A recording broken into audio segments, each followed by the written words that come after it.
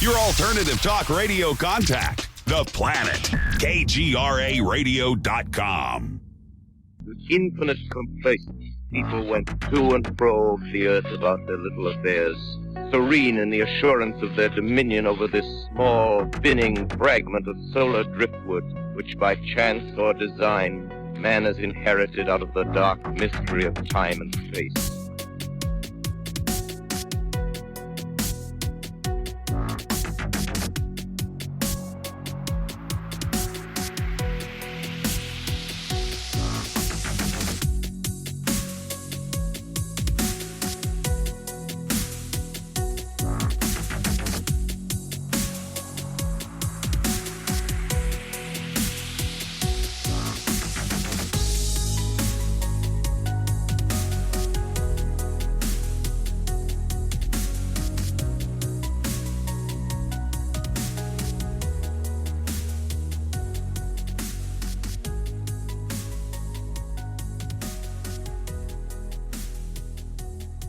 For me, ever since my sighting, I mean, it changed me in a way. So, like when I'm home alone and I turn on Netflix or Hulu or whatever, I find myself like enjoying or researching or trying to find things, Mm-hmm. And I was watching, to be honest, I can't remember the name of the movie I was watching, but you were in the documentary show. Oh yeah, on the trail of Bigfoot, yeah. So I'm just sitting there. I'm like, I just started punching. I'm like, oh, that's it. I put in a name. Oh, I will send her a message just to see. And that's how this occurred. Well, I appreciate you reaching out. I don't really know why other organizations and people say that they want to hear encounters and then they just won't respond back, especially when, and I do get behind on my messages and actually having people on and things, but some organizations, their whole bag is, it's not for a podcast or a show. It's to gather information, and they might actually have people in the area to go out to the exact location or locations of people's sightings. So that's why it's a little bit strange that some of the local, quote unquote, more local places didn't come out and actually want to see where this happened. You said that somebody in Wisconsin, though, was like, oh, yeah, maybe we could chat. But it's strange that nobody from, your area would be like, hey, let's go out to the location you're sighting. Yeah, I've had nothing. There was the only time I actually talked to anyone, and it was just a fluke, is there's in Ely, Minnesota. I'm close to Ely. And I was there, and there's a place, and they have what's called a Sasquatch burger. It's like a 6-pound hamburger. Yeah. And I was eating a burger, and a guy across from me from the table was eating one, and he was talking about Sasquatch. He's like, do you believe it? I'm like, yeah, I've seen one. And he was a professor down at University of Minnesota, and he was all excited and took my name and number because he said, I got some people that might want to talk. Never heard back. That was just kind of a fluke encounter. But did he have a sighting, or he was just into Bigfoot? No, he was just having dinner there, and he was visiting up north. And then when he found out that I had, I don't know if it was, somebody at the college or university that he's at, or he was going to forward the information. But I guess my thing is, I'm an outdoorsman. I hunt, fish, and trap. I'm a nurse by profession. I'm a registered nurse, dementia practitioner. I work for the Department of Veteran Affairs in Silver Bay, so I drive an hour through nothing but woods. And then the year after my sighting, a buddy of mine that I work with also had a sighting. So to me, I don't look at it just as a sighting. I assess everything as a woodsman. So I have a lot of thought process of why the location, why the time of year, what do they eat. And so like when I watch like the show that you were on and other shows, I have my own opinions and ideas, and some of my things I don't see people talk about. So I don't know if that makes sense or not. So I'm like, I always feel like, man, I got some good information. Nobody's ever wanted to talk to me about my sighting. Well, I sure do, and I appreciate you reaching out to me. I'm excited to hear about this. Okay, so something else that you brought up in your message, and I want to point this out. Besides you being the RN, and like you said, you do a lot of driving through the woods. You are an outdoorsman. You said you hunt, you fish, you trap. So being outdoors is a very normal thing to you, and you're used to the animals that should and should not typically be out of doors with you. Yeah, and when I say I hunt, fish, and trap, I've done it for over 30 years. But I mean, I catch 2 to 4 timber wolves a year that I release. I have 4 mountain lions. So I mean, I actually catch them and release them. We don't have an open season for them. Hopefully, they'll have one. So I mean, I trap roughly 100 to 150 beaver a year, 30 mink, couple hundred muskrats. I mean, I'm an outdoorsman trapper. These timber wolves, you trap them and so that you can relocate them to a safer area for everybody? No, where I live here is right now they're trying to get a season to get open, but when they're on the protection list. So when I'm trapping, like snaring bobcat, or I'm trapping fox and coyotes, I'll catch wolves, incidental catches in my traps for other creatures. So then I have to let them go or I'm in trouble. So I mean, like I'm the kind of guy that literally goes out in the woods on the snowmobile in the middle of nowhere. When you think of like kind of like an Alaskan deep woods trapper kind of guy, that's me. Okay, so John, I am not familiar with trapping, so this may seem like a stupid question. It probably is, but how do you safely release a live timber wolf from a trap when you have to be that close to? How does that work? It kind of depends on the wolf, and a lot of people don't believe me, but I know this. Wolves are a pack animal, so they're actually not as tough as people think in a way, or as scary as you think. You ever go to like someone's house and you go to pet the dog, and the dog will kind of cower to you? Mm-hmm. And you're like, man, did they beat this dog or something? I went to pet it, and it just crouched down like, oh, don't hurt me.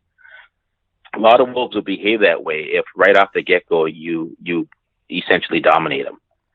So if I have a wolf in a trap, the minute I get off my snowmobile or off my wheeler or out of my truck, what I'll do is I actually start to yell at them. I'll kick snow on them, and to be honest, I'll even pee on them, as strange as that sounds, because you're showing dominance, and they'll actually cower quite a bit. So if you put a catch pole on them, they'll actually, even though the catch pole's around their neck, right, they don't actually try to bite at it. They're just, oh my God, don't hurt me, don't hurt me, don't hurt me. So, and then what I do is you take, and usually, and in fact, a lot of times I'm using a smaller size trap, or what I'm using is a snare for bobcat, but on a bobcat, it would be around the neck of the bobcat. The wolf is so big, I actually catch him with a snare around the foot. So it only takes a few seconds to take, the trap or the snare off and then release the wolf, and they run away. And it's kind of neat. The majority of the time, they'll run 50 to 80 feet. They'll stop, turn around, look at you. To me, it's like a thank you. They'll look back, like, oh, thanks. That's and cool. Then, yeah. Versus like a coyote, I've never had a coyote do that usually as much, or like fishers or bobcats. They're just pure upset the whole time. So, have you come across a lot of the fishers that are still alive, and are they a little bit more aggressive when you come up on them, or are they always dead because they're smaller? Well, it all depends on the style of the trap that we use. What I use here is predominantly I use a conifer trap, which is a trap that kills the animal when they enter the trap. So predominantly when I'm trapping martin fisher season, when I get there, they're dead in the trap and already frozen. Yeah. I'm fascinated by all the Alaska shows and such.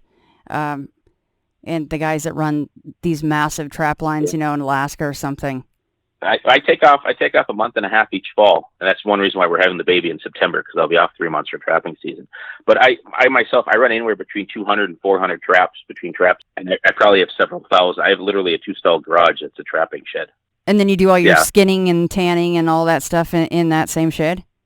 Yeah, the tanning I ship out for tanning if I decide to keep anything. But yeah, everything's done, and essentially it's a heated garage. Everything's done in there. Yeah, you're a true outdoorsman there, John. Jeez. Oh, yeah. That's cool. Well, see, and that's kind of what I mean. So, like, on the trapping side, so I go in the woods and I track an animal, like take a fisher. So there's people that have never seen a bobcat in the wild. I go catch bobcat and fisher and pine marten and mink and red fox and coyotes and gray fox. And so, I mean, I track animals. I know the outdoors. I know the fauna outdoors. I know the food sources. I know how, essentially that's what I do. So after my sighting, even though it was like probably 20, 25 seconds, my brain remembers it so fresh and detailed, but every little detail of my sighting, just like when I'm trapping, I run through to try, because you try to think like the animal. Like when I trap mink, I think mink.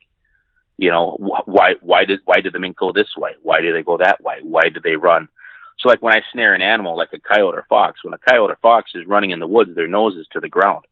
When they're running across the field or through grass, their nose is higher. So my placement of my snare is either lower in the woods or higher in the grass so I can catch them. So there's a lot of details in trapping to catch an animal. I mean, when you think of I'm a blind trapper predominantly, which means I don't use a lot of bait or lure. So I'm actually putting a little 8-inch loop and knowing that the fox is going to go through it. Or I'm trapping mink or beaver. I'm using a foothold in a creek knowing that the otter is going to go through it or that the mink is going to step on it. So I do a lot of, biology, I guess, for thinking how the animal responds or reacts in the woods. So that's kind of what I do with my sighting.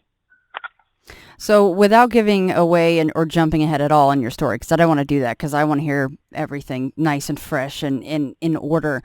But just for a little comic relief, and it's kind of a silly question, but we all hear the arguments of people building massive steel cages that a Bigfoot they think would be stupid enough to walk in or something, and the cage door closes. Do you think there would be a situation where you could build a quote unquote trap for a Bigfoot? Absolutely. And what would that look like? To me, honestly, I think it would be a snare. I don't think it'd be in any way would it be an enclosure or a cage. You'd be snaring them just like you do with a power ram foot snare or something like that. Like the blind trap or snare that you just mentioned, right? Something that he cannot see. If you look up power rams, they're made in Canada. I know, like in Iowa, the snare shop makes them. I have 4 that I have for nuisance bear, for trapping bear. But instead of like an actual trap, what it is, it's a snare, but it's spring operated.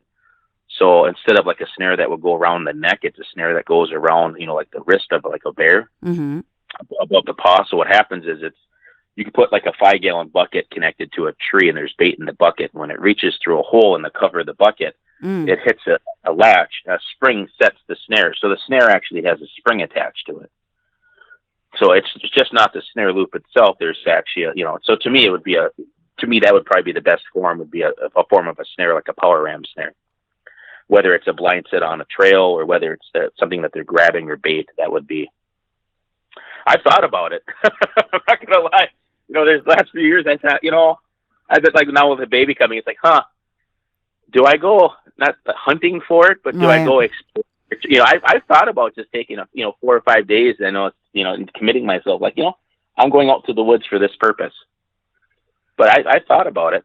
But you haven't really quite done that yet to commit to just something like that? I have not. And the thing that got me more thinking about it was my coworker had a sighting almost identical, like a year and a week late after mine.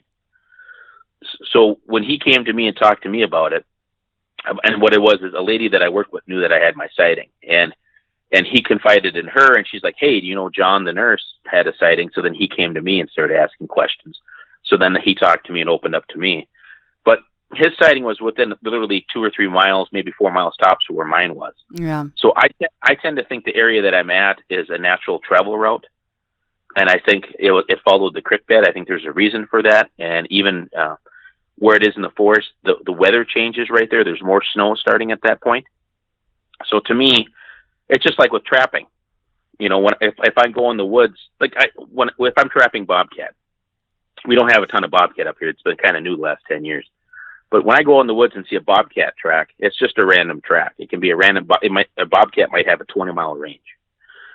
If I see the cat track and then a week later I see a cat track, or the next year I see a cat track, that's an area that I trap. So a lot of the areas that I trap, I literally have trees that I trap marten and fisher. I actually trap them in the trees. Each year on that same tree, if I put the trap in that tree, either me or my kids trap as well, we'll catch a pine marten, we'll catch a fisher. The same places I snared bobcat last year, if it's a hot location, when I bait it this year, odds are there'll be bobcat again this year. So to me, same thing with my sighting. If there's a sighting in that same area, same time of year, there's a reason why they're there. Right. They're creatures of habit, just like everything else. Correct. And to me, in my opinion, they have to be. Because for them to be as elusive as they are, I mean, I've spent my entire life in the woods. That's all I do. I go to work and I'm either hunting, fishing, or trapping, or out in the woods. And I've had a few odd things happen, but I mean, this is my only sighting. But I've had strange things that were like, oh, that didn't quite make sense, or little things that I've noticed. Like, when I research, you see like a lot about the knocking. Yeah. I've had a lot of knocking happen. But I've also had a lot of trees that made knocking noises, and I know for sure it was the tree, just the way the wind blew the tree when the temperature drops, But like when I back I use the electric drill now for a lot of my sets. It's hard to explain, but when I make my trap location, my set, I use a electric drill to put screws in and out. That way I'm not leaving nails in trees for some logger to hit eventually when they cut down the tree with the chainsaw and then it goes to a lumber mill. But back when I was younger and I'd be pounding nails in the tree in the middle of winter, boom, boom, boom, boom, boom, I'd actually have like echo responses, and I'd be like, "The hell is that?" But when I think back, now when you think back, you're like, Okay, so, and I've done my own research too. Like, so on that Bigfoot research organization site, you can look up Minnesota and different sightings. And like a lake that I like to fish is Lake Jeanette, and there's been like 2 or 3 sightings up in that area. And what I look at, I know where I live in northern Minnesota, I pretty much know all of northern Minnesota because I hunt, fish, or trap, or do different things in different areas. And I used to work up by Crane Lake on the north part of the Echo Trail there. The location of that lake has a lot of rock structure, just like where I'm at, where my sighting was. They call it the Sawtooth mountain range, but it's actually just, it's like not really mountains, but it's very similar to Lake Jeanette area. So I think, well, that's kind of weird. Here's a couple of documented, sightings or things that they've had where boulders have been thrown and knocking. It's very similar to the woods in the area where I had my sighting. So the area where you had your sighting is considered the Sawtooth mountain range? Yeah, what there is, it's literally within a few miles of that. There's it's called the Sawtooth Mountains, but it's not a technical mountains. It's just like a highland. It's like a high ridge pass of rock that goes through. You can rock climb it. There's Palisade Head on the shore, but it's definitely a unique area. I have a lot of trout creeks, so my sighting, the Bigfoot that I saw, actually walked the creek bed. It actually went down and walked on top of the frozen creek bed. So each detail for everything in my sighting, I actually walked the footprints after work. After my day shift, I actually went back and walked about 150 feet of the prints. I couldn't step foot for foot, and they were much deeper than me. So, but I mean, I actually measured the sign. I used my measurements on the track. Okay, well, let's not get too far ahead because everyone's going to go, wait, let him tell the story. So let's go ahead and zip back to the beginning, if you don't mind, and we'll go back to December 18th, right? I think it was, or end of December 2008. Yeah, so even the date of that's kind of funny. So I'm married. I got 5 kids, and I remember when my kids were born. But I mean, December 18th, 2008 at 5:03 in the morning is the only date and time that I remember anything exactly. Yeah, I don't blame you. As strange as, and I remember, so I don't, you want me just to start with my thing right now, or? Yeah, sounds great. Okay, so I'm an RN. I live in White Lakes. I work in Silver Bay. And my drive, back then work started at 6 in the morning. Now it starts at 7, but because there's always snow, lake effect snow, the weather can change, or we have a lot of snow, icy roads early in the morning. I leave it's about an hour drive, but I give myself about an hour and a half, hour and 40 minutes in the winter. I'm kind of the early bird. So I had a little 2x4 White Ranger, 2-wheel drive, and I left that morning, and we had like an inch or 2 of snow here in White Lakes, but about halfway, quite often when I'm driving to work, about halfway there, if there's a snowstorm, they'll have anywhere between 6 inches and like a foot of snow. And that morning it was still snowing, but we had like a little bit of a blizzard during the night. It was still dark out. And there's still, the road wasn't plowed. So if you imagine the entire road is just 6 to 8 inches, 10 inches of snow. And you had roughly 2.5 to 3 foot snow banks on each side. Mm-hmm. And I literally drive, I'm the only one on the road. When I drive, I don't see any traffic. I mean, it's really remote where I'm at. So it's 55.5 miles from my house to work. And the sighting from Silver Bay, where I work, to where the location of the sighting would be about 14.5 miles, 14.6 miles. So as I'm going down the road, I kind of drive down you can't see, there's no white line and yellow line. There's a foot of snow in the middle of the road. So I literally drive down the middle of the road, and I'm driving slow. I'm going about 35, 40 miles an hour. And as I come around the corner, I notice these tracks coming off the left. Where I live up here, there's a lot of moose. I do have a lot of moose in winter. They like to hang on the road. So initially I'm thinking, well, it's a moose track, but it's not a moose track. It's a human track. It's, a person track. And the first thing I thought of is I went on kind of high alert because I'm thinking, oh boy, somebody's in trouble. And what I thought is maybe somehow during the night, maybe somebody went in the ditch with their car. Mm-hmm. And they sat in there, and I'm thinking they must have went in the ditch. They sat in their car, and eventually that's it. I have to walk to town. They're getting cold or hypothermic, and they walked over the ditch and out. But as I started thinking that, and as I'm driving, there's 6 to 8 inches of snow in the middle of the road. These tracks are going pretty much down the middle of the road, but they're kind of going right and left, like, kind of swerving a little bit. Mm-hmm. And I'm thinking, man, those are big tracks. And as I'm thinking all this, man, those are big tracks, and those aren't moose tracks. Those are people tracks. If a car would have went in the ditch, even if it would have been in the middle of the night and the snow came, the car would have put a big hole in the snowbank. I would have noticed a disruption in the snowbank. And I didn't see that. So I'm thinking, well, that doesn't make sense. There's no way a car was in the ditch. I would have seen where the car punched a hole through the snowbank.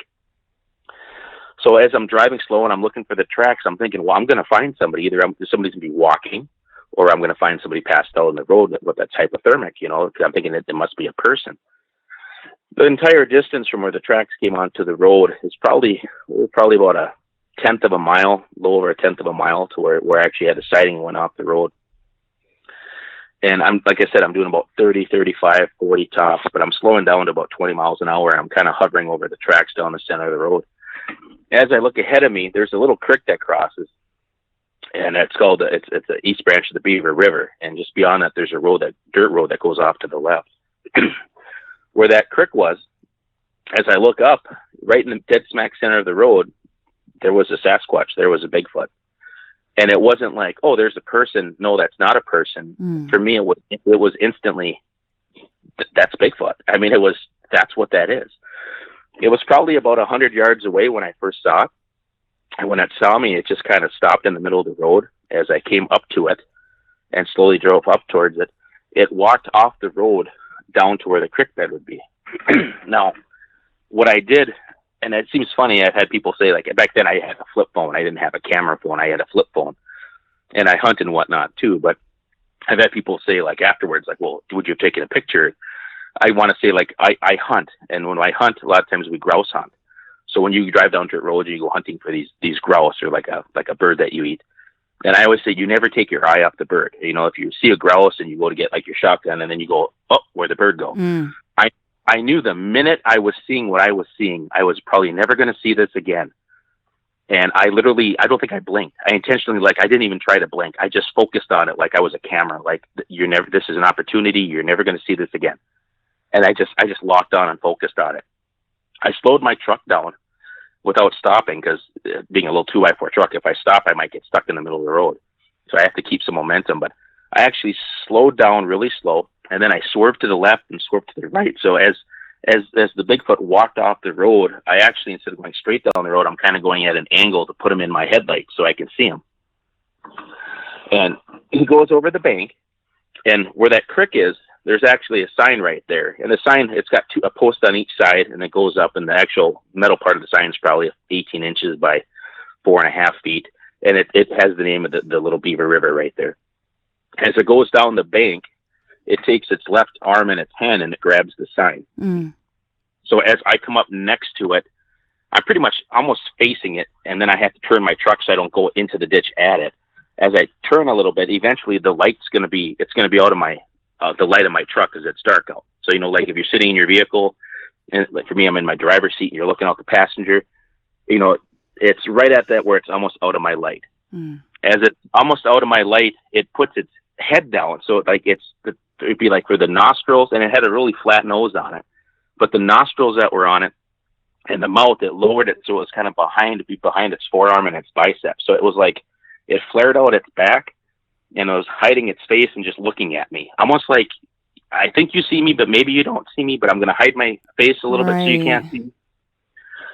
So at that point, when I was the closest to it, it couldn't have been more physically from where I was sitting in my truck to where he was physically 12 feet. And that lasted probably about 5 seconds at that distance. I almost came to a stop, and I never felt afraid or scared. But I go out west quite a bit fly fishing, and I don't know if you've ever been to Yellowstone, but you have the buffalo, they walk right on the road next to your vehicle. I had a buffalo one time. I had that feeling like, this one buffalo just seems upset, and it actually nudged my truck. And I had that like, not like PTSD, but I had like that moment thought, like when I actually almost came to a stop, I thought, I can't stop, because if I stop and it comes at me and I hit the gas, I'm just going to spin right in the middle of the road. I'm not going anywhere. So I wasn't afraid. But I actually, maybe that's the feeling that it gave me, like, boy, I need to, that's done. It's almost out of my light. Now I'm too close now. Time to go. And I kept on going, and I went to work. The color was a dark brown. To me, it was two-tone on the back. It was probably about 36, 38 inches wide. Initially, I guess the height at about 6.5 feet, but later when I went back, I'd say it was more like 7.5, almost 8 feet, depending on how much snow was underneath the track. Went over. When I got to work, the first thing I did is I went, we changed work a little bit now, but I went into the break room and I took a piece of paper and I did some sketching, and I still have the sketching in my safety deposit box at the credit union downtown.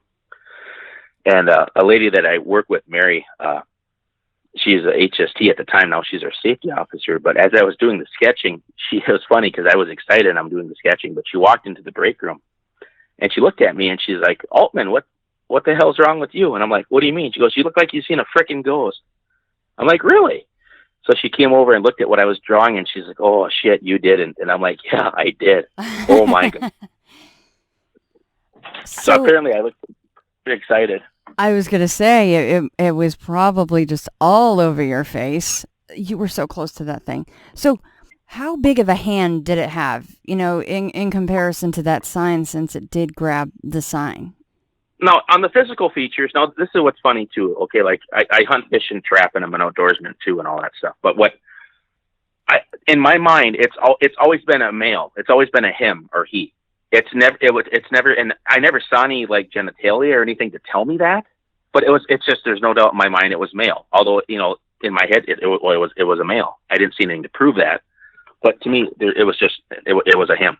Very, very muscular. I mean, very muscle tone. When I think of like what a bodybuilder would be, or like when I trap, like when we have bobcats and we have some cougars up here, but like cats have that muscle structure under their fur that you can see. Very muscular, very broad, very barrel chested, and even though it grabbed the sign as it went down, I mean, the hands were twice the size of mine easily. I mean, it was big, and the fur I could see a little bit slightly on the chest because it was sideways the way it was looking at me, but on the back, I mean, to me, I don't think it'd be fur, it'd be hair, but it was a lot like we've had a few, but we don't have a lot of wolverines in Minnesota. That's more up in Alaska and Canada. But the fur on a wolverine, they have what's called a crown. There's like a V that goes down the back of them. They're two-tone colored. And it had a V shape going down the back, like off the shoulders. Mm. I really don't think it was two different actual genetic colors of fur or hair coming off. I think like when hair gets long, it gets bleached from the sun. So I think on its back, that V shape that I saw was essentially just, 7-8 inches like long, but it was just faded from the sun at the end to give it that two-tone color. Is that where the longest of the hair was? And then some of the rest of it was short? The longest was all off the head, going down the neck, going down the back. And then it'd be like the small of the back was a little less. The actual, I guess you'd say the buttock area was quite a bit. I'd say 3 or 4 inches long, just guesstimating. Massive legs on it? Oh, the legs were really, really, really big. It reminded me of like when you see like football players, like, there's bodybuilders that are big upper body. Yeah. But like football players, when they do a lot of, they have those really muscular legs on that upper part, but very muscular, very, very thick. I mean, you could just see the strength. And I'm sorry, I interrupted you. You were going to talk more about the chest. Well, I saw a little bit of the chest, and I didn't see, I could see I would say like the hair on the chest was maybe inch and a half. It didn't seem very thick on the chest, and the cheeks, you could see below the eyes because it covered its face. So I could see just a little bit of the nose before the angle, the face was behind the arm as it held its arm up. Yeah. But you could see a little bit around the eyes and a little bit of the cheek and like the bridge of the nose. So, it wasn't totally like the face was covered. And by that time it was almost out of my headlight. It was just to the side of my vehicle. So I didn't have great lighting, but it was still dark. So, I couldn't say if it was like a tan skin color. Everything seemed kind of dark and shadowed by that time. I'm kind of holding up my hands, 12 inches, 24 inches, take it down another one. You said it was somewhere around maybe 38 inches from shoulder to shoulder. That is massive.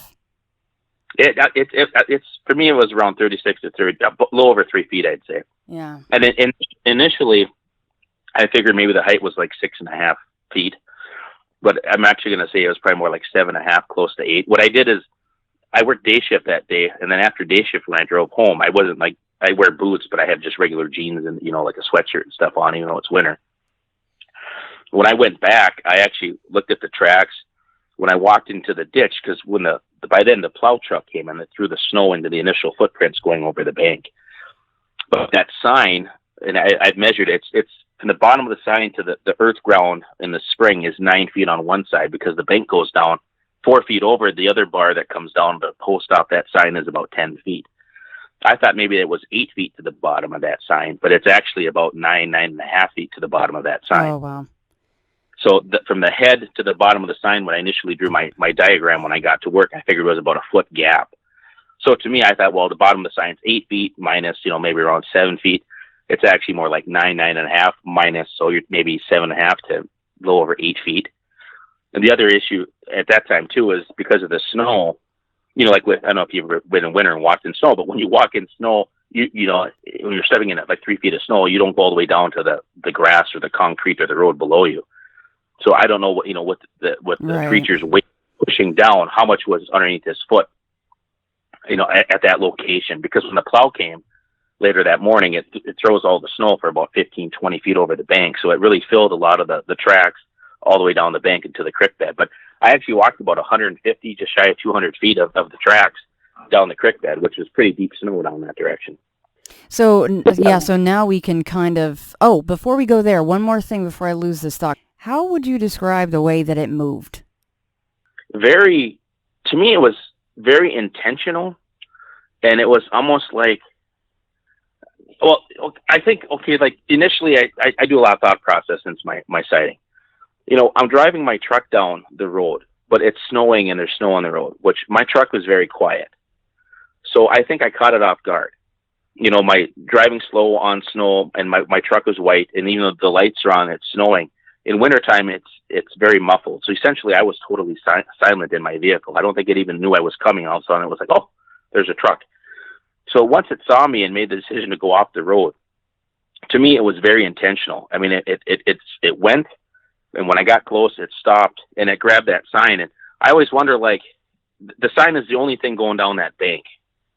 So, like, if you're going down a hill in the woods so you don't slip and fall, you might grab onto a tree or grab onto something to kind of give you a little balance. Mm-hmm. I don't know if it grabbed onto that because it was just going down and didn't want to slip or fall, or did it grab onto that to intentionally kind of crouch and hide its face? You could see when it crouched a little bit and kind of flexed in, like it pushed out its back. I don't know if it was doing that just to kind of like, I'm a rock, you don't see me. Maybe I'll just keep going. That's what I felt like it was doing, like this. Well, I'll just do this, and he'll drive right by me. But I didn't. And then when I did my little S hook kind of thing in the road and came towards it, then it kind of did it peeked at me a little bit, and like boom. And when I had made the decision to keep going, it was still holding on to the sign. It's not like it ran down right away. It held its spot. And then once I went by, I couldn't see in the mirrors or anything. In winter, when you're driving on snow, the snow kind of sucks your mirrors in the back of the truck, the whole back. So I couldn't even look in the rear mirror to see back through my topper or anything like that. It is interesting that it grabbed the sign like it did, and I tend to agree with you because, I mean, let's face it, these things are built for that terrain, so I don't think it needed it for support. It's not the worst idea that it did that, but it does seem like it was just kind of trying to maybe check you out, but at the same time, like you said, I'm a rock, you don't see me, I'm a tree, you don't see me kind of a thing. That's a very interesting part of that story. And like, and since then, every little detail of my sighting I thought of, because I think like, well, why would it touch a metal sign? I mean, that, but yet owls, in the winter, we have a lot of owls, and the owls will sit on top of metal signs. It doesn't bother, when you think of like, so like, well, I guess that makes sense that it's going down. I know if I was going down the hill, I would grab onto something, but I tend to think I don't think it was so much that. I think it was more just that, like, it had a way to hide its face that way or kind of shield itself.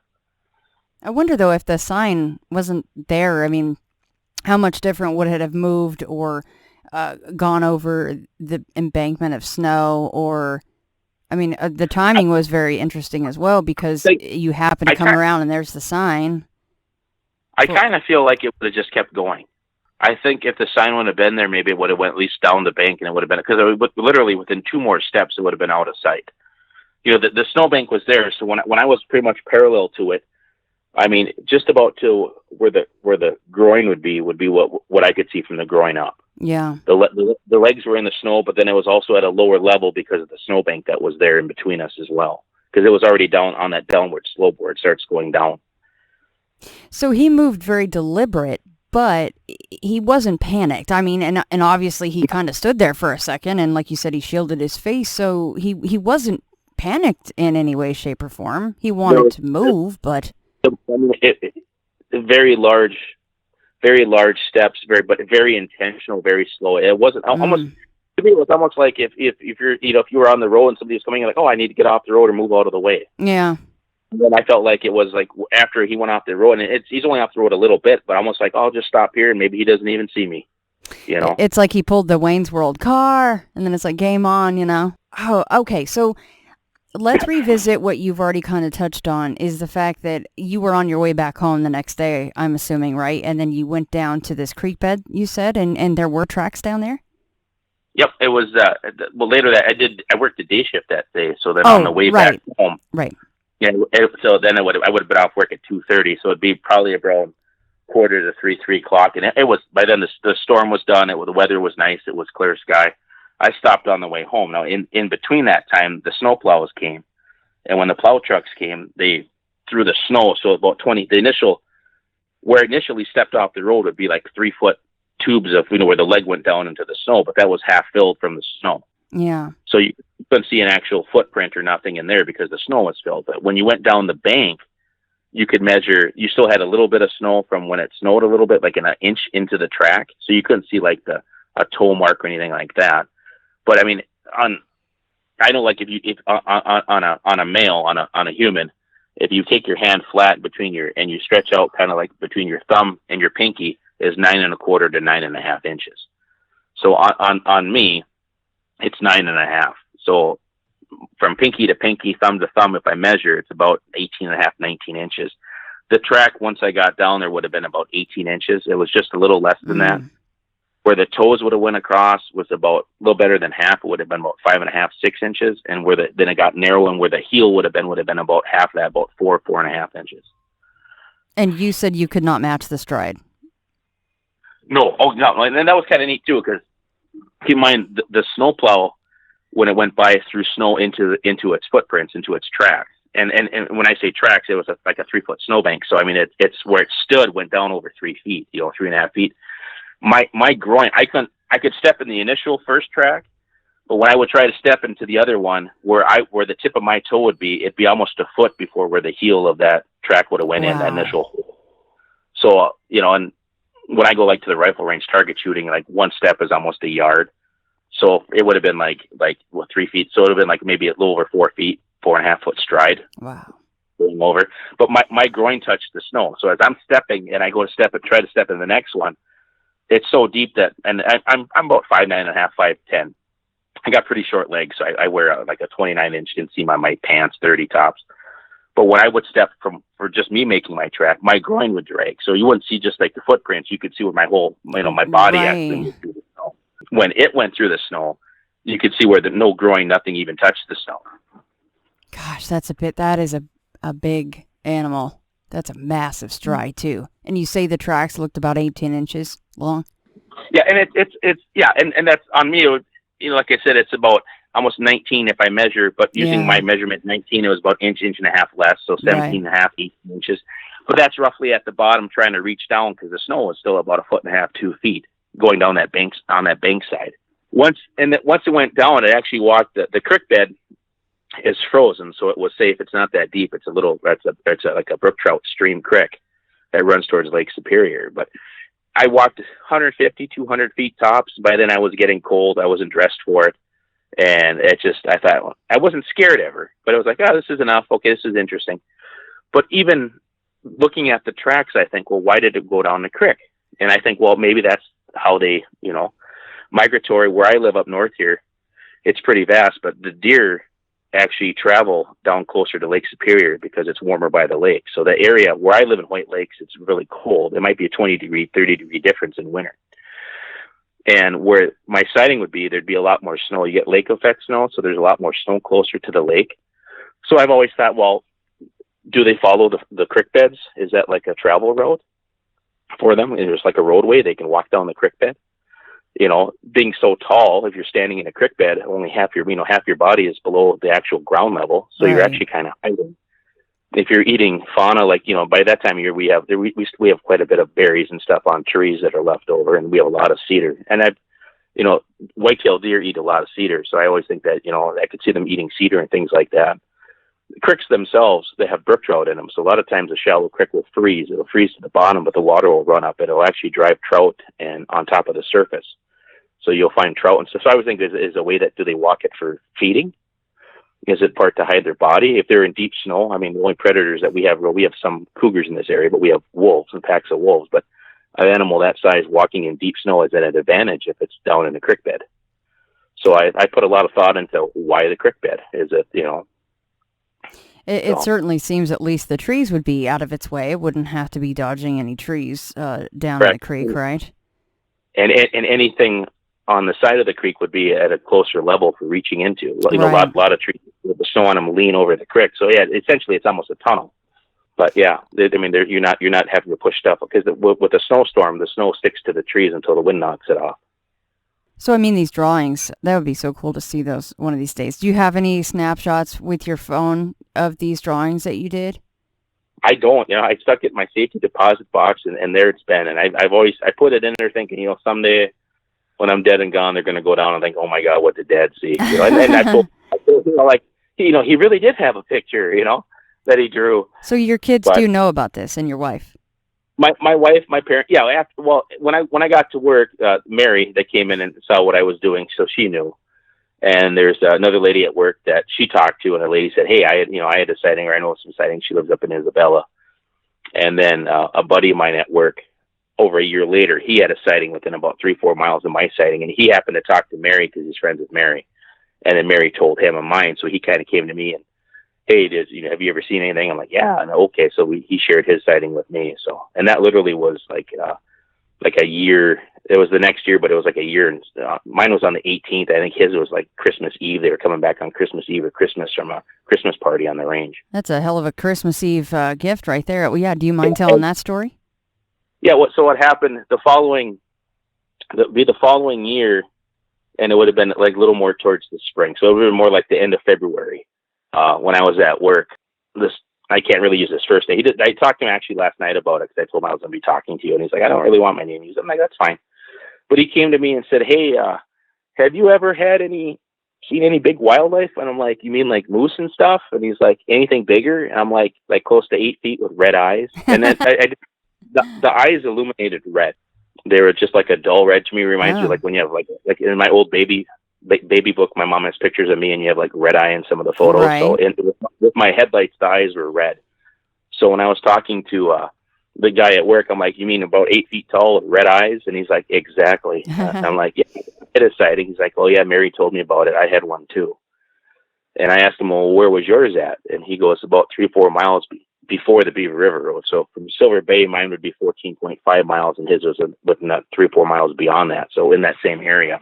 Now, when he told you this, are you kind of going, you're shitting me? It was when and where? I mean, that must have been mind-blowing to you. To me, it was because, like, being an outdoorsman and a trapper, I try to assess everything. So, like, really? So, what, same area, same time of year? I believe it was snowing at the same time they were coming back, and he had his wife and his kids. He's got 2 or 3 kids, and I think at the time his kids were, right now, they're all like graduated and going off to college. So at the time they would have been like 8, 10, 11, 12, somewhere in there. Mm-hmm. And they were in their minivan driving, and they saw it was at a far distance. When I talked to him actually last night about it, and just to say, hey, I'm going to be talking to somebody. Could you recap just so I'm accurate? They were driving back towards Silver Bay, and he said he saw it was quite a ways off. I'm guessing it was a quarter mile away. It was pretty far off. And it came from right to left. It came off the right side of the road, walked across the road at a good pace, almost like a run. And he saw that, and he's like, well, that's not a moose. What is that? Like, oh my God, that is what I think it is. So he sped up to try to catch up to it. When it went off, his wife and his kids saw it, and they were all focused on it. When he did this, only he stopped. When it ran up the bank, and it was a bank to the left and went up into the wood line, he stopped, opened his driver's door, and got out. I don't know. He goes, I don't know if I was going to chase it or what I was going to do, but I wanted to see more. He took a few steps to try to, look up the bank, and by then his kids were screaming like, "Dad, we're, wow. Get in the car. Yeah, we need to go. Like, no, this is unacceptable." Wow. So they got in the car and they left. So, and the only reason he told me of his sighting is because he confided in Mary, the same lady at work, and she told him, hey, you're not crazy, saw this, just like last year, you should talk to him. And that's why he came and talked to me. Man, he actually got out of the car. That was a ballsy move. He got out of, that's what he told me. He got out of the car, and like his kids were like, Dad, get in here. Dad, what the hell are you doing, And his wife wasn't too thrilled, but yeah, so it wasn't just him, it was his wife and his kids that were in the car. No, and I don't know if it's all his kids, he probably was. He didn't say, he just said the kids. So. Right. What's the physical description of the one that he saw? When I asked him, like, well, what do you think the height was? He'd say about 7.5, 7 feet. And the color, he said dark chocolate was his dark chocolate, one color. What I saw was two-tone, but I was a lot closer. I mean, I was at, I could see the two-tone when I saw mine probably a distance of 100 feet away, and then as I got closer. But to me, it wasn't two different colors of like how a fur would be on an animal. It was more like where it was sun bleached on the end. Right. So. When you were quite a bit closer and maybe just had some different perspectives on it. Now, his was at night as well, though, right? Because he was coming back from a party or something? Yeah, his was in the evenings. And in wintertime, it's dark like at 3:30, 4 o'clock. It's by 5 o'clock. Pitch black. Yeah, good old wintertime in the north. Holy smokes. Okay, so he's out of the car. Now, what are the chances, do you think, that was the exact same animal? It could be. I don't, I work 0.8, so I have a 17-year anniversary this August, so I've been driving for 17 years on that same road. And being an outdoorsman and a trapper, I can tell you every creek, right down to the 10th of a mile that crosses the road. As I drive to work, when I look at any time of year, but in winter, I'm always looking for fox tracks, coyote tracks, wolf tracks. So I'm always looking. So any odd track that crosses the road, I see. That's just what I do on my drive. So it was been one other time where I saw tracks I wasn't sure, but then it snowed. So then after work, I couldn't see. But I haven't seen a lot. But the fact that my sighting and his sighting were within a year apart and literally within probably a 3-4 mile area, his was about 4 miles from mine. As a trapper outdoorsman, to me, that means something. It's just like when I'm pursuing game out in the woods, that there's a reason why they're in that area or moving in that area. And I've done a lot of thought process on that, the time of year and why. There's a lot more snow in that area. It's within about 15 miles of Lake Superior. They get a lot more lake effect. The weather's warmer by the lake. Where I live, a lot of times, I'll get up like in January, let's say. I get up here, I'll have 36, 40 below zero at my house. Not wind chill, that's below zero. When I get to work, it might be 12 below zero. And it's literally 25-degree difference. I have people come in, oh my God, it's 15 below outside. I'm like, 40 below at my house. But the white-tailed deer, that's actually known as a wintering area on the shore. So do they go there because it's warmer? There's more snow there. There's more snow for insulation. I mean, snow is also an insulation for bedding down in. But the deer go there to feed closer to the shore. You have more open water because of the lake. Also, that's the Spear National Forest. But in that area where my sighting was, it's the forest, but there's mine property all on the shore. So that's actually kind of a secluded, you can't, no trespassing area. Right, no people for a long ways. In that area, too, when you get towards Lax Lake, about 10 miles away, that's all state park. You have all state parks up and down the shore. So, right. And it's also like the Sawtooth Mountains. So there's kind of like, it's not really like a big mountain range, but there's a big rock ridge that goes through there. So it is a unique, different, structural area.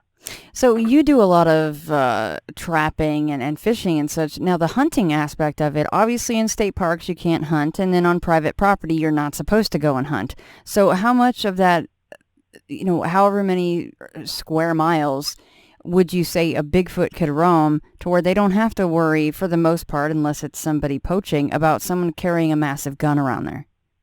No, that area where my sighting is, that there's really almost no hunting, very little. It's not a big deer area. It's more of a moose area. The last few years, we haven't had an open moose season in Minnesota. So we don't have an active, they say the population's down, so there's no moose hunting. So really, for deer hunting, people go other places. It's because of the depth of the snow. The deer, it's a wintering area for deer, but that's after our rifle season and our bow season that we have. So I mean, if you look on a map, I mean, you have literally hundreds of square miles that may or may not even have a road going through it. Oh, wow. Hundreds of square miles. Oh, easily, yeah. Where I live, the town I live in is in Hoyt Lakes. So I'm on the edge of St. Louis County. When I drive to work, I go through 2 different counties, but just give you an idea where I'm at. The town that I live in, I can drive 60 miles south and I hit Duluth, Minnesota. I can drive 60 miles north and I hit Ely. And then I can drive an hour to the shore, which is Silver Bay. So you have 2 harbors and Silver Bay up the shore. But other than like that little triangle of towns, if you just take, you're talking, all the way up to the Canadian border and then above the Canadian border. I mean, if you look at a map, it's just nothing. It's just woods. So, John, then, is your thought then that they migrate from, or do they stay in that area for the most part, do you think? Well, I've done a lot of thought on that. You know, like it seems funny, but like a couple years before that, and I don't know if it's online if you try to look it up, but I want to say in like 2005, 2006, or around that time, or a year or two before, we had a real big influx of gray owls that came down from Canada. And trapping-wise, we also had Canadian lynx that came down. We didn't really have a lot of lynx in Minnesota. What happened is we had a few lynx that got caught, and because they're federally protected, they changed some of our trapping regulations and rules following a couple of them getting caught. So I've also wondered, and that was around that same time frame. So I always thought too, was the weather so bad in Canada? I mean, the owls came down because I think the snow was too deep. They were coming down to hunt for squirrels and things, and we had Canadian lynx coming down because the hare population, like a hare, when I say hare, like snowshoe hare, like a bunny, it's a hare, but it's winter. The population was down, so we had animals that we may have, but they came down from Canada across the border to where I live. Are they from more up north and they came down, that same time frame? I don't know. I know, like with the creek beds, I always wondered, like, if you look on a map on that entire route, it's just about every creek goes to Lake Superior. They're all trout creeks. So essentially, if you're traveling, any creek that you find is going to Lake Superior. And if you think of like a destination or a road, so walking down that frozen creek bed, or even in summertime, that creek bed, it brings you to the lake and away from the lake. The creek beds on the shore, there's Highway 61 on the shore, but a lot of the creeks, when they cross underneath, some of them are 70, 80 foot. They're below the roadway. By that time, they're way down below the roadway. So to me, it's a natural travel route. If they were going to move, that's an easy way to travel, know where you're going, know where it ends up. And would you say roughly that most of those creeks would run north and south for the most part? Predominantly, yeah. Predominantly, they're pretty much all north and south. They might vary a little bit, but the actual direction is going to be north and south. It would seem like a much easier travel route. Like people will say, they would probably run the ways of power lines, because they clear massive swaths of land. And I've seen it in Washington State and other wooded places, of course, but where there are power lines, and it's just a much easier travel route for these massive things. I would do the same thing. If I was in the woods in winter and I was lost, like in that area on the North Shore, if you come across the creek or one of the rivers, all you have to do is follow the river and you're going to find a road. Eventually bring you to Lake Superior, which is Highway 61, but you're going to come to a road.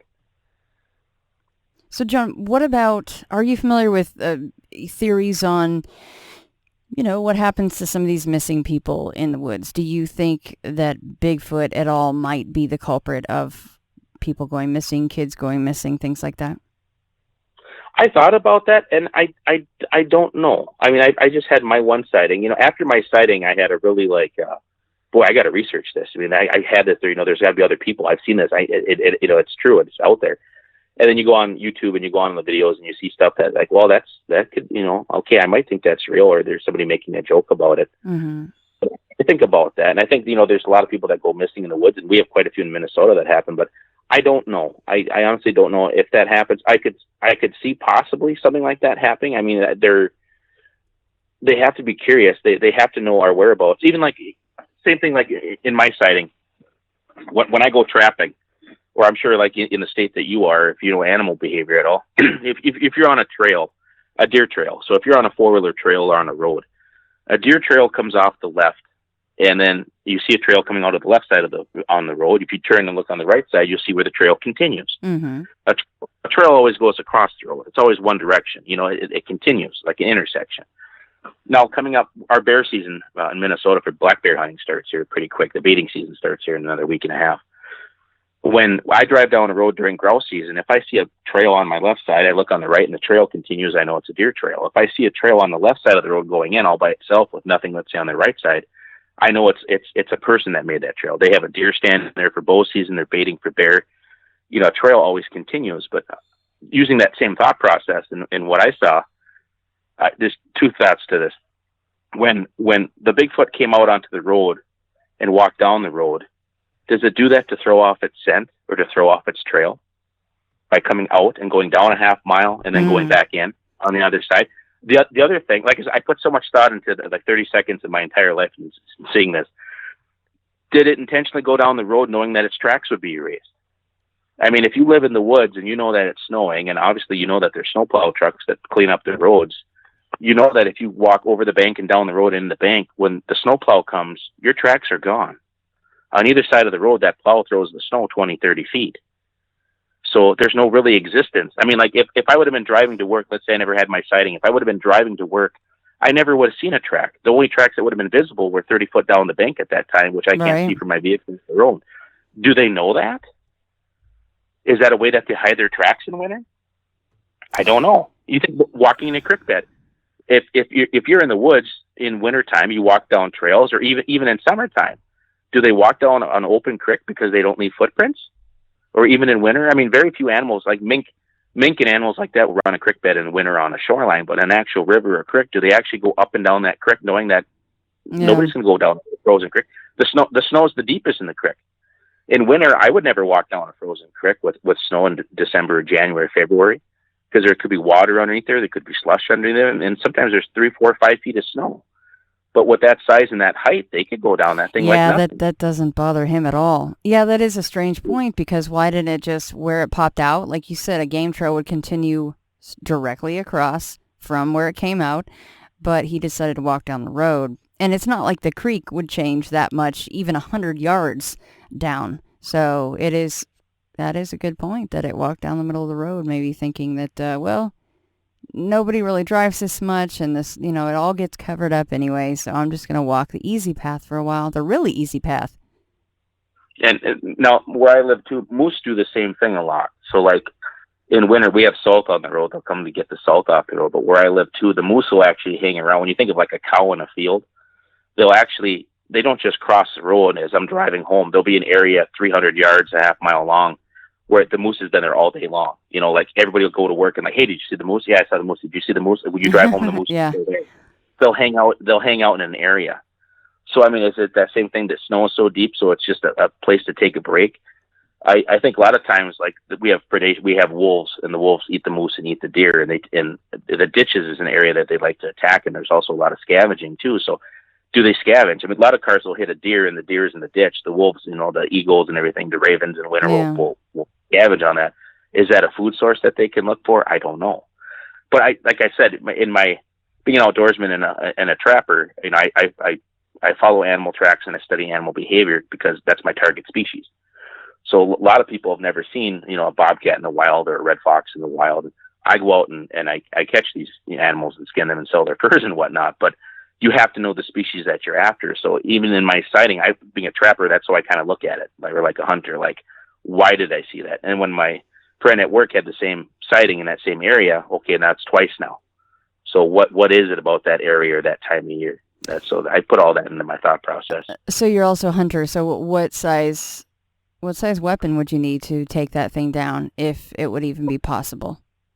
See, and I thought about that too. Like I said, I didn't have a camera with me. I had a phone with me, but it was a flip phone. It didn't take pictures, nothing like that. But even if I would have had a camera with me, I never would have got a video, even if I wanted to. There's times when I drive to work and I see a moose and I'll try to get my camera. By the time you start fidgeting and get your camera on, the moose is off the road. But the minute I had my sighting, I'm like, just like when I hunt, don't take your eye off the bird. I just locked on, and I knew I wasn't going to see this again, so locked on and see it. But I carry. I hunt and stuff, but I also have a permit to carry. So I carry other than when I'm at work, because I can't have a gun on property at work. But I carry, and that, boy, there's nothing that I would carry as far as for personal defense that I'd even want to do. To me, it would just make it angry. I mean, I've shot 7 black bear in my life.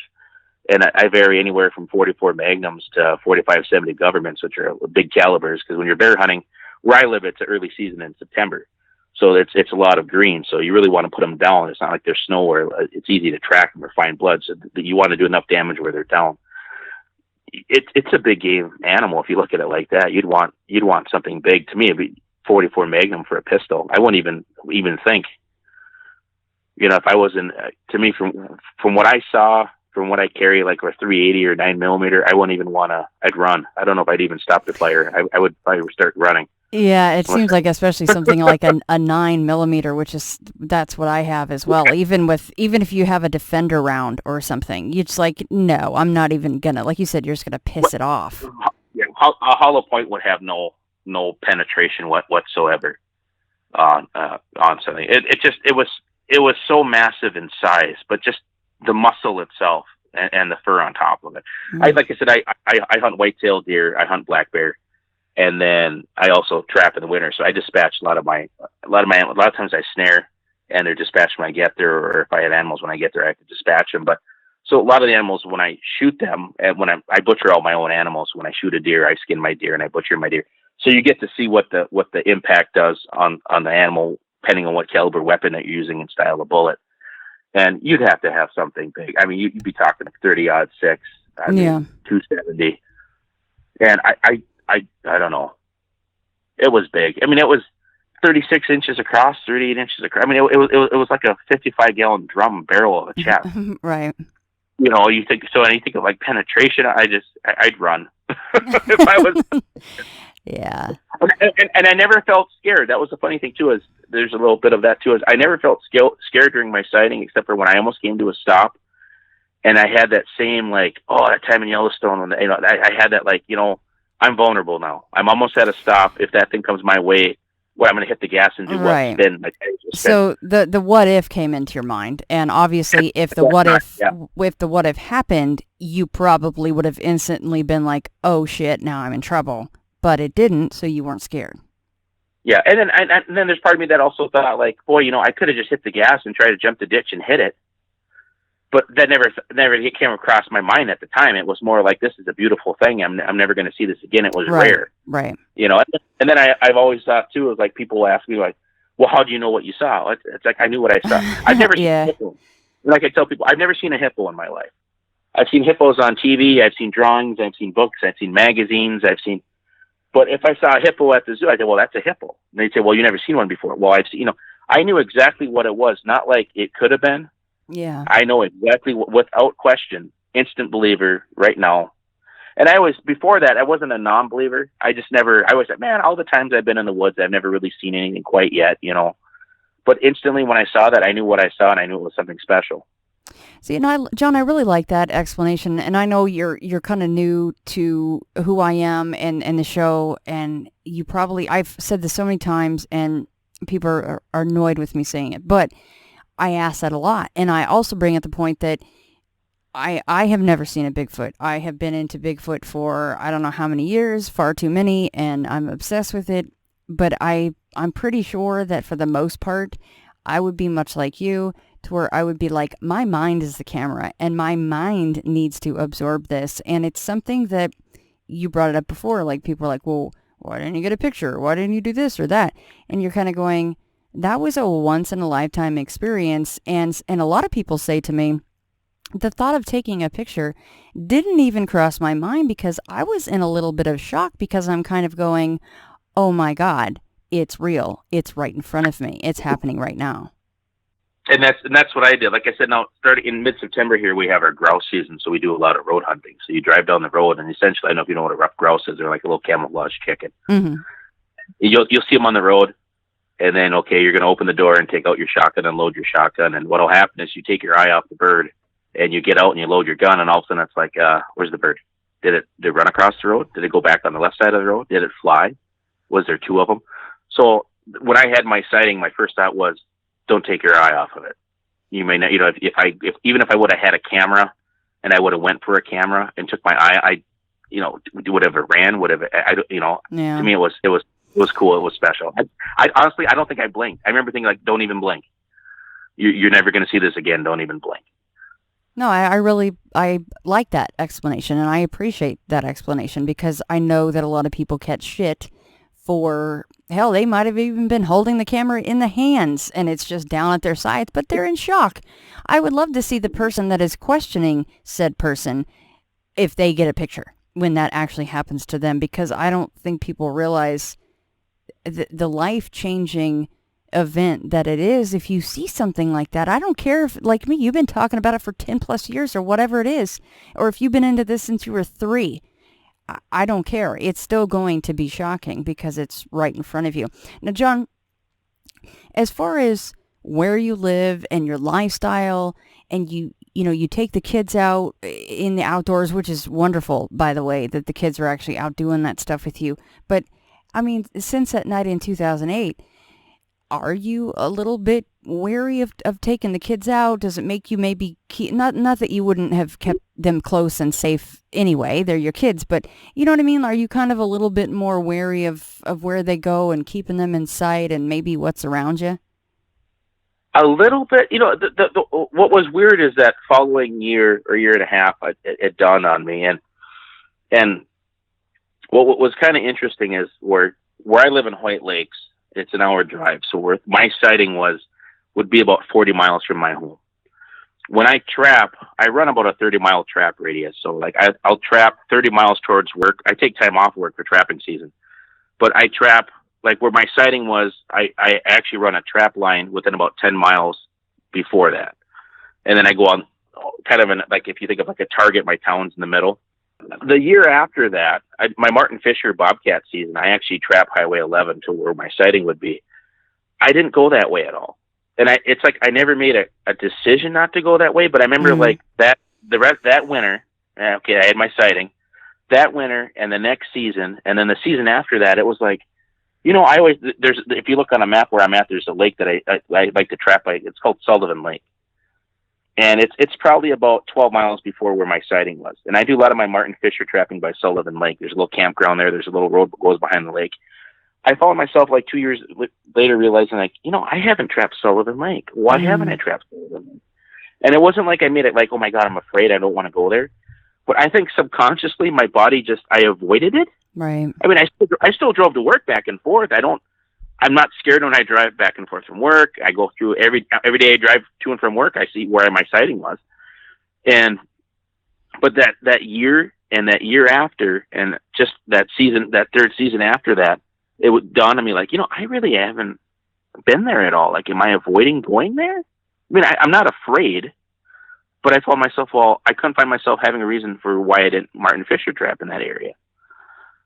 So that's the only thing that I've had at that. And when I go in the woods, this summer, there's by Lake Jeanette. There's supposedly been sightings on Lake Jeanette, which is at the end of the Echo Trail up near Crane Lake.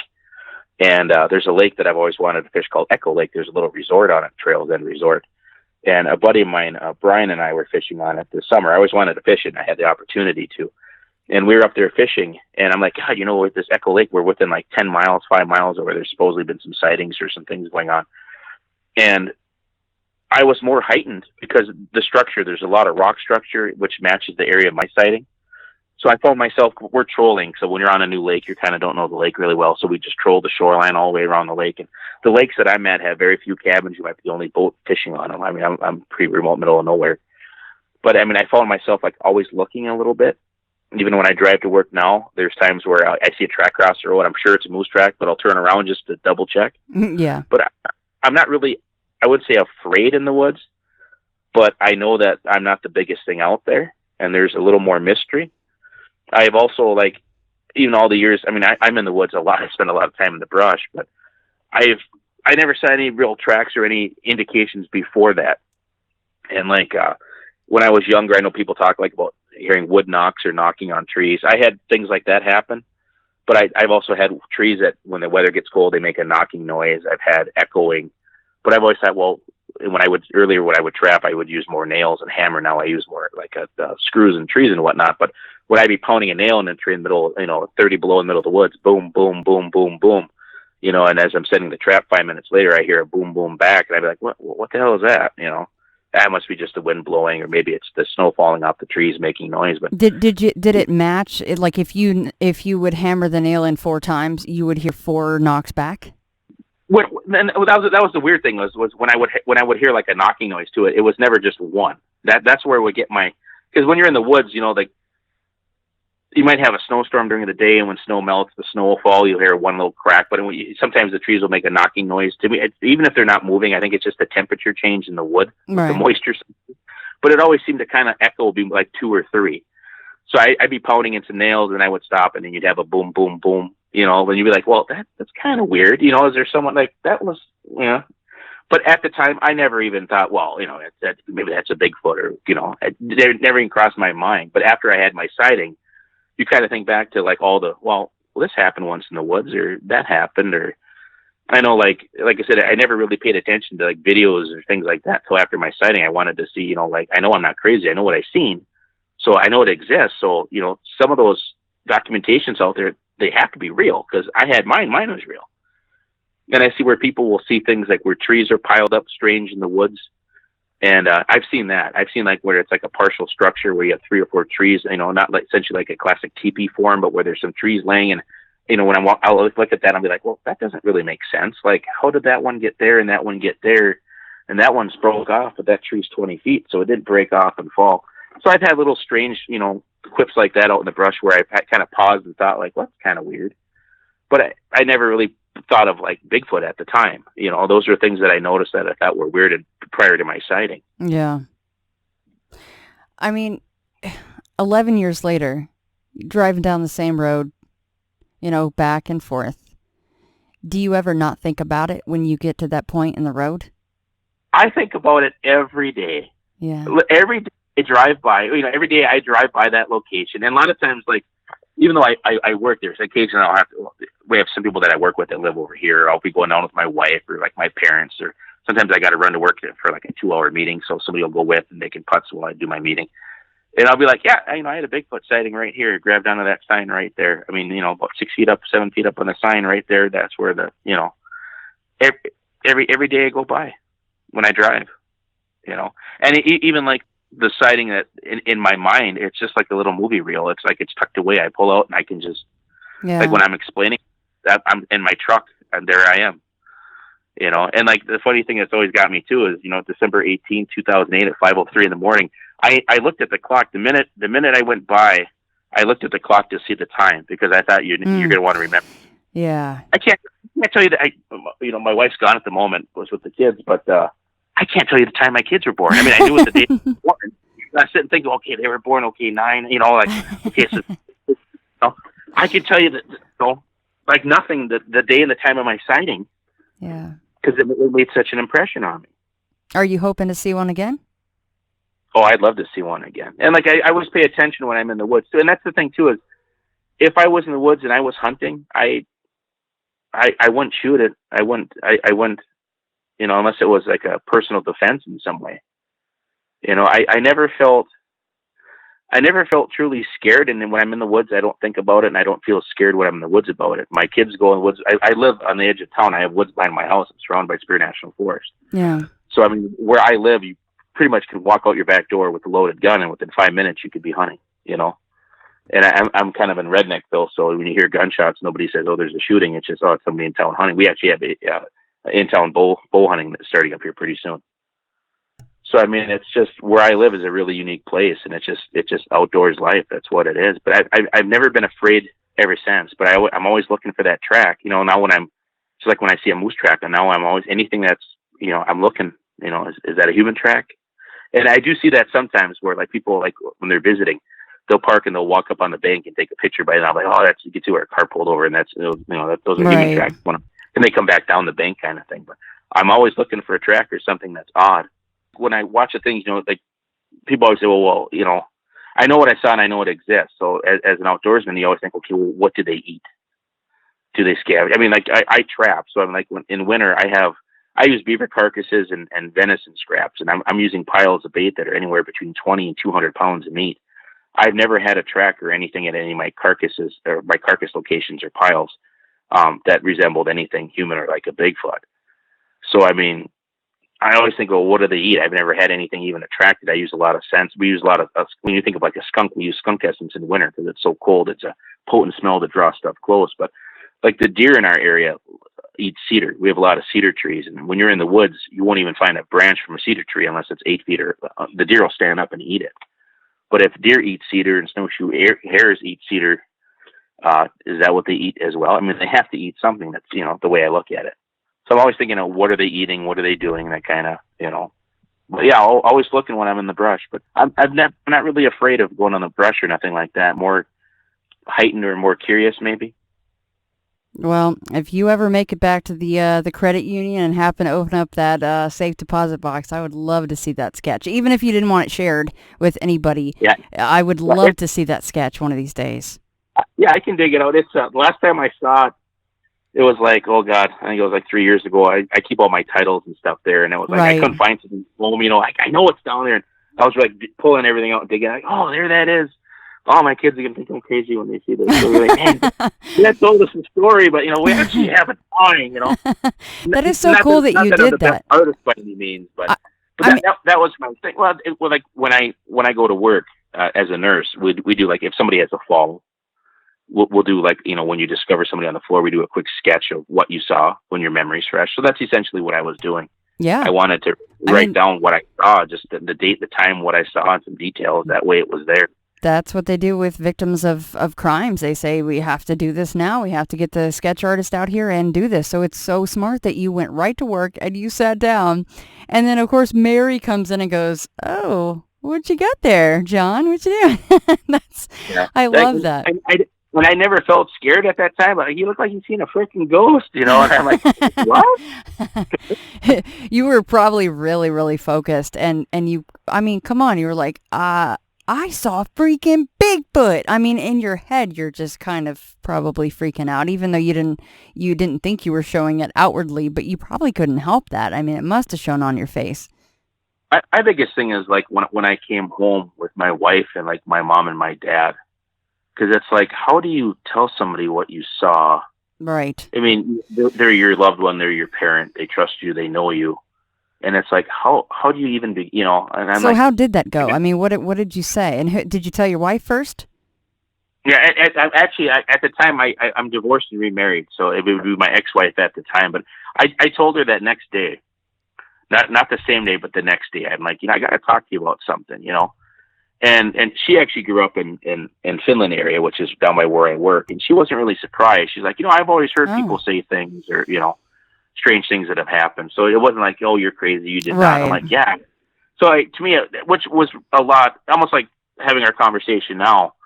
It's not like someone's going to say, well, you're full of crap. You didn't see this. It's almost, okay, I believe you. Tell me what you saw. Right. And then with my mom and dad, it was the same thing. It was the same kind of like, sit down, I got to tell you something. And then my mom was really excited because as a kid, I've been trapping and hunting since I was a kid. So when I would come home, I always say, hey, how was your day in the woods? What did you catch? What happened? My mom's always wanted to hear the story of the day. So for her, it was more of just like, oh, really exciting to hear it. So, that's cool. Yeah. And then when I got remarried, it was the kind of the same thing explaining it. I think some of my brother-in-laws probably think I'm a little odd because they're all from southern Minnesota, so I'm the up north trapper guy. So you're the northern weirdo. I think some people try to do like, oh, he's just trying to get you, get you scared, Yeah. But some people are like, hey, be careful, they're out there, Maybe you just don't want the in-laws to come visit your house, right? The brothers-in-law. You're like, I'm going to keep you away from my house. I actually love when they come up because I get tired of driving down and seeing them all the time. Oh, so you do go down and see them more than they come up to see you. So they do believe you. They're a little bit terrified then. It could be. It could. Yeah. My father was up snowmobiling last year. He had a good time snowmobiling. And where I live, if you look at a map where I live, you'll see how vast it is. But between me and the Canadian border, other than the town of Ely, there's nothing. And what's cool for me, too, is like my brother-in-laws live south. Anything south of Cloquet, even though they're like farmers in the country. Yeah. They just, people that even live in southern Minnesota, at least in my opinion, they just don't get how vast northern Minnesota really is. Right. Well, like you said, it's damn near Canada. So, if that doesn't paint the picture for you, then I don't know what does. Yeah, even my wife's name is Kristen, and my wife this summer we have 5 kids. We don't get a lot of date days, but we took a day. We went on a date. We went up to Grand Marais. We went up to Gunflint Trail. It's a 3.5 hour drive, and she's never been up that way. So we drove up there to some lakes I used to fish, and she actually got, she knows she lives here. On a map, you can see how big it is. But when you spend 3-4 hours in a car at 60 miles an hour driving in the middle, and you're like, my God, we're really in nowhere. And it's like, you haven't even begun. Yeah. We're not even off the paved road yet, The only place that I remember off the top of my head feeling like that was driving, I think it was the Adirondacks. And it just kept going and going and going. And you're like, how is this even possible? When people say there's not that much undeveloped, undiscovered lands or untouched lands in America, that's complete BS. Well, I actually have another thing to add, too, now. So where my sighting is, I'm probably within about 15, 20 miles if you look on a map. But if you look at a map, we're Ely. I don't know if you ever heard of Ely, Minnesota. No, we have an Ely here in Nevada, so I didn't know there was an Ely there. Okay, so where I live, about 50 miles away from the town I live in, is a town called Ely, Minnesota. And Ely, Minnesota has what's called the Boundary Water Canoe Wilderness Area, the BWCA, and it's the world's largest canoe outfitter, land, lakes, and it's non-motorized. So when you also think of like a Bigfoot living, there's a massive area, hundreds of square miles that you can't drive a snowmobile into the boundary one. Right. You can't bring a boat motor. You can't bring a chainsaw. There's no motors. Even in ice fishing in winter, if I walk in, I can't even use an electric ice auger. I have to use a hand ice auger. So we have a big, massive area of our woods just north of me, which goes right to the Canadian border, is you can't have anything that's motorized. So, I mean, in wintertime, their sled dogs. They do ice fishing trips with sled dogs and things like that. But, I mean, so that's a unique thing, too, to add to where the area that I live in is a vast area of it is non-motorized. You can't take four-wheelers. You can't take, unless you're in a canoe right. or a kayak, paddling, it's against the law. It's federal that you can't. So that I've always thought that, too, when you think of a quiet place, that is a quiet place. Right. You have you have Yellowstone and national parks that, they're essentially like zoos. You can drive through them. Where I'm at, there is no roads. In fact, you can't even, unless you're in a canoe or walking on foot. That's the only way you can go in. Or John, out. You've got the best zoo in the world. You've got the big feetses running around up there. And it is interesting that in the same area, almost damn near a year later, a very similar creature was sighted. I mean, it does make me wonder if it was the same creature, but they're all big and, hairy, and so it's just conjecture. But that is interesting. I don't see why, even if they leave the area just to go north a little bit, maybe when it gets a little bit warmer, they go into Canada or something and then drop back down, or maybe they stay there the whole time. It seems like there's plenty of room to roam, water to drink, and animals to eat. It likely could be, like I trap. So like this last season, 20 years ago, we didn't have a lot of bobcat where I'm at. I mean, if 30 trappers got together and somebody's like, dude, I seen a bobcat track, be like, you did not. Now we have more of a bobcat population. So the last decade, I average, we're allowed 5 a season. So I usually get 3, 4, or 5 bobcats a year. Some years, my kids trap, we've done well. We got 8 or 9 sometimes. But just as an example, one area that I trap, the road's about 15 miles long. And there's a monster bobcat that I've been trying to catch for about 7 years. I caught him last year. But I'm actually chasing one individual. When I see that track, I know it's that cat. That's that big tomcat. He probably has a 20-square mile range, 40-mile range area. But on that road that extends into his area, I've been trying to catch that cat for 7, 8 years. I finally caught him last year. And what was neat is I actually, after I caught him, I probably had him once before. Sometimes a cat will get through a snare, and instead of snaring him around the neck that would dispose him, you catch him around the hip. And you could see where at one time he had a snare around his hip where he broke it off. Oh, wow. So he was trap shy. He was in a trap or a snare before. Yeah. And so he knew, so that made him a challenge to catch. But I mean, to give you an example, like you said, what I saw and then what my friend saw, could it be the same? Even though my woods are vast, I can still actually target and chase the same animal. Well, yeah, and you said 7, 8 years you were trying to capture him, and eventually you did because he stuck around. And so do they have a range? And the same thing like with bear hunters. I have people that bear hunt. There's that one big bear, or there's that one big monster buck that they've been chasing for 4 or 5 years. Like the buck outsmarts them, I'll get them next year. They're chasing that one deer, right. Or that one. So I mean, we have vast of woods, but on the same token, if you know the woods well, you can target that one animal. So to me, having the 2 sightings so close in the same area, same time of year, it's not just a coincidence. There's a reason for it. Well, if anybody else sees anything, or if you hear of anything at all in the area, or even if it's just something online you see, feel free to forward it to me. I mean, we're in contact now. I would love to keep you as a contact. And honest to God, if you ever get out to, the safe deposit box, I would love to see that sketch. Will do. Not a problem. Thanks so much, John. And thank you so much for reaching out to me. I know that this was a story that you kept trying to tell people, but nobody got in contact with you. So thank you for getting in contact with me. Yeah, well, and like when I initially got a hold of you, like I was saying too, is like after I had my sighting, and after my coworker, my friend, had his sighting, after that, I'm like, I started doing some research, and then you said there's the big Bigfoot research organization. I submitted a thing, and I waited a long time, and they tried to get a hold of me, and I tried to get a hold of them back, and it just didn't work out. And then over the years, I would see something. We've had, somebody posted some ads in the paper. I responded to those. Nobody ever called me back. So this, and like I tell people too, I had my sighting, and I'm married, and I got kids. So like this weekend, my wife and the kids are gone. So when I'm at home, I got no kids, and I got the TV to myself, uninterrupted. I'll put on, maybe on my phone YouTube, or I'll watch some Bigfoot shows. Just 'cause it gives me time to explore that, Right. And that's where I saw you in the show, in the program, and I thought, and it just the way you were on the program, like, she seems like she really cares. Hey, I'm going to send her a thing on Facebook and track you down and say, hey, I'm just a guy from northern Minnesota. I had a sighting. If you ever want to talk about it, get a hold of me. And here we are. And here we are. No, I thank you so much, John. And I really do care. I'm obsessed with Bigfoot. I do cover a lot of other subjects on my show, and I've seen something strange years and years ago, but it wasn't Bigfoot. And it's something, though, that is just in my blood. And even after all the people telling me, maybe they've had the kind of scarier sighting that changed their life in a bad way, they don't go in the woods anymore, kind of a thing, I still am over here going, I would love to have that verification for myself. Like you said, I don't even know if I would